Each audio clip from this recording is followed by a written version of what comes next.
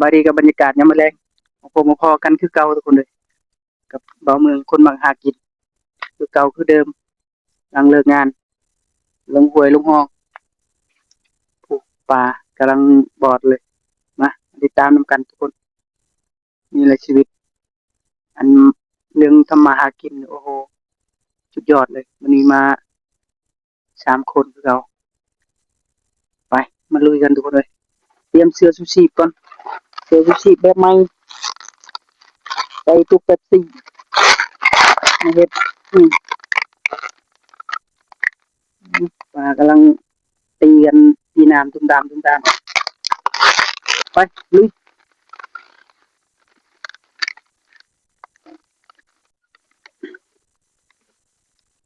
หาอยู่หากินได้ไหนใช่มันเลย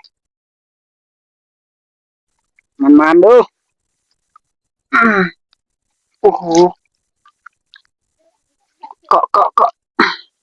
ขาดประมาณที่เก่าจะมองมันเนาะ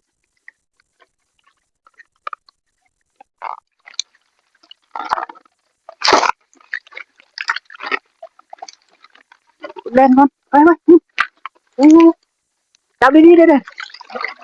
จับดีโอ้โหโอ้ทุกมาในลิ้นหน่อยเนาะอืมอุ้ยอันนี้ตัวหน่อยจับดีนะจับดีนะดีเลยมาเอาคลองมาเห็นไหมโอ้ทุกดิโอ้เกือบหลุดมันดีมากกินบหลุดนะคนมันมานี่นะเก่าคือเก่าเนาะถึงเลยด้วยเรา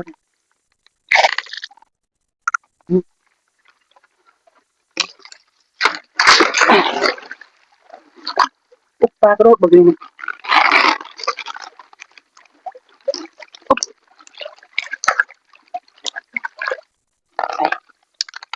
ม่ได้ปลาปุ๊บ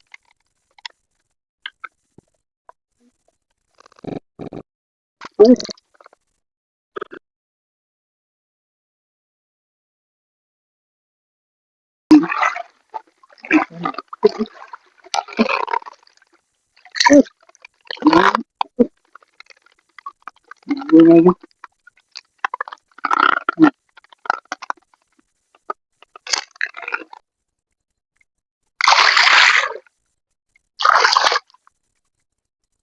โอ้ปลาใหญ่มาปุ๊บตัวโอ้ไม่ละตัวน้อยตึกโอ้โอ้ยังกินยังตัวโอ้โอ้โอ้อ้าวหลุดแล้วโอ้เสียดายเลยยังอยู่กันนี่โอ้หลุดแล้วโอ้สุดโอ้เอาละเด็ดคลองปลดปลาก็นอนแรกทุกคนเลยนอนแรกให้มันมาเอาคลองมาในใช่ปลานี่มือนะพอได้อยู่มีประสูตรนำปลาญาคูเลยสูตรเด้มันสูตรพ่อปลานี่มันเป็นปลากับปลาปากเป็นเอาตกโอ้เกือบหลุดได้ตัวน้อยน่าได้4-5 ตัวหลุดตัวหนึ่งตัวใหญ่นี่เจ็บโอเคเป็นปลาตองเลยไม่ต้องทุกคนเลยน้ำเลิกอยู่นี่ใส่เสื้อชูชีพไปเท่าใดก็กายแถวนี้มันนี่ลงเบิ้งสิมานบ่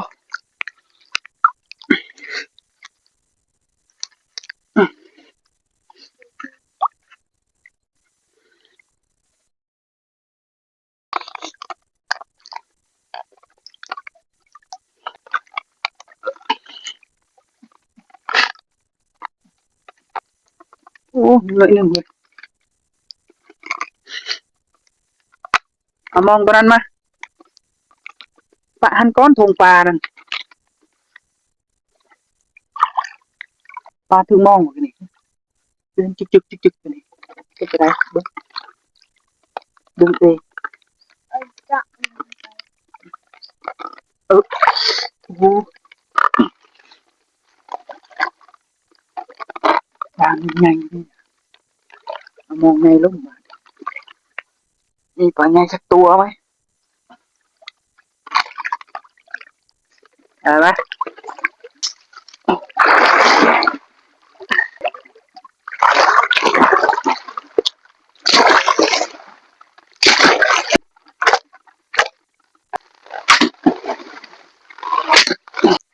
โอ้โหมันอยู่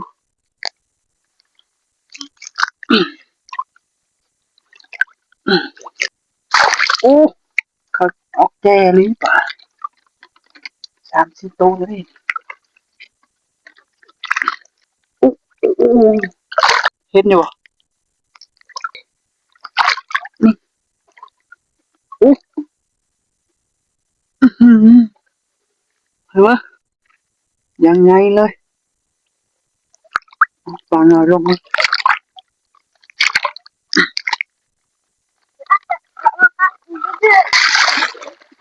โอ้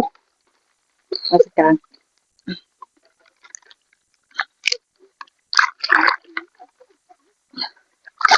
หายแล้วอยู่หันละหายจะพูดเอาก็ได้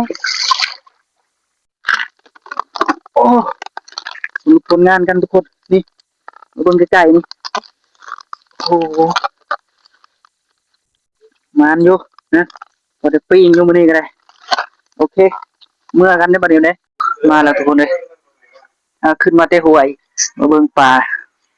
พอได้กินอยู่นี่ประมาณ2 โลได้ต่อใส่กระชามก่อน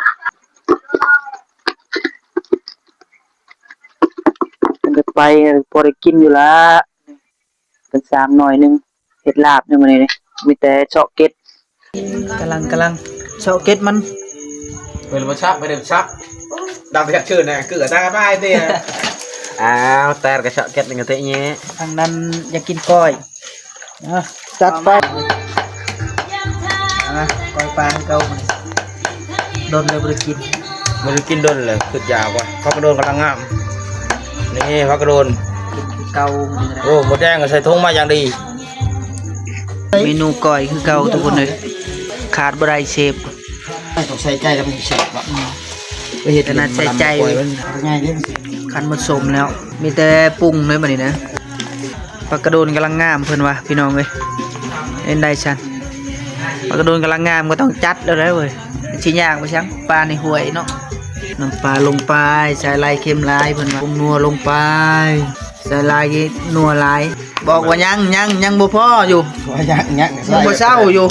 ชิมแซ่บคือเก่าพี่น้องเอ้ยเซฟเก่าคุณยายเพิ่นสิไปการกบอันนี้จะกบเฒ่าจะกบนุ่มแล้วเพิ่นสิไปเอาอ่ะ เลยว่ะวันที่เราขี่มันเข็ด ขี่ทิมหมดแล้วขี่เขาโคลงไป ได้กินมันนะ แซบพี่น้องกินข้าวกินน้ำบัดนี้สำเร็จแล้วพัก ไว้ถ่ายก็เลย นี่ พวกอะไรนะกูมันจะเก็บไหน กำลังตักยังกินเนื้อยาก ไอ้มือกูจะก่อยจะพูดแล้วกูจะน้องจังเด็กกินข้าวกินน้ำได้บัดนี้เด้อ แซ่บๆมา โอ้พี่น้องเลยนี่แหละความสุขมนุษย์มาหน้าทีมงาน